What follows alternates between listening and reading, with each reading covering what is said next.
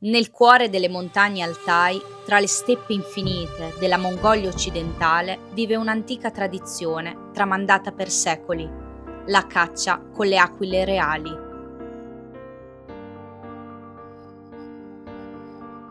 Ma oggi, a sorprendere il mondo, è la storia di Aigerim, una giovane ragazza di 12 anni erede di un sapere ancestrale, un tempo riservato solo agli uomini.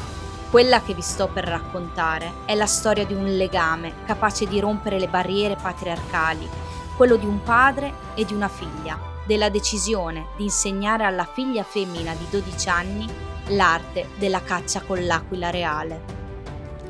Ciò che in una famiglia può sembrare normale e di poca importanza ha l'eco di una rumorosa rivoluzione nel resto del mondo.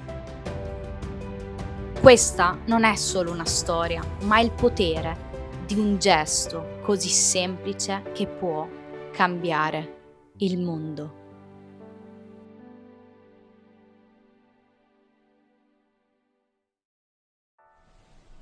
Атым Айгерім, жасым 12-де. Әкем аты Рахымбек. Әкем бүркітші болғандықтан бүркітші болуды үйрендім. Дәстүр. Мен атамыз бүркітші болған адам. Мен өзім 30 жыл бүркіт салдым. 33 жыл. Қиымын кәдімгі бүркітші болып жүрген адам өте қағылез болады. Гимнастика ретінде неме түге болады. Табиғатты жеке тани біледі бүркітші болған адам. Тау, жер, су, табиғаттың бүткілін тани біледі бүркітші болған адам. Менің өзімде 5 бала бар. 5-інің 2 ұл, 3 қыз, бірақ 5 де сала біледі. Керектенсе, келешекте керектенеді, керектенбес өзі біледі. 5-іне де үйретті. 5 де ұстай біледі. Ол балалар да бүркіт салады, мен де салам, бірақ та ортасында жүре беремін. Қошеметтеп жүреді. Осы Байнөлгө қазақтарының атағын, Монғолияның атағын, және де Байнөлгөнің қазақтарының салт дәстүрін барлық елде видеоларда жүр. Мақтан тұтамыз. Енді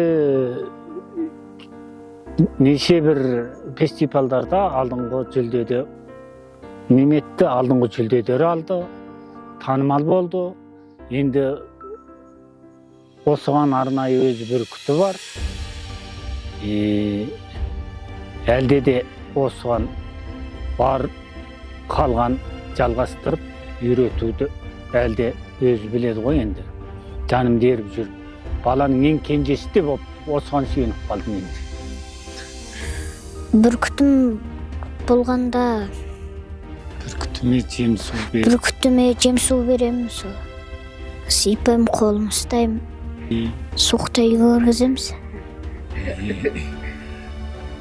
Табиғаттар суытып келесі үйге келеміз. Өнердің артықтығы жоқ, бәрдерін үйреніңдер.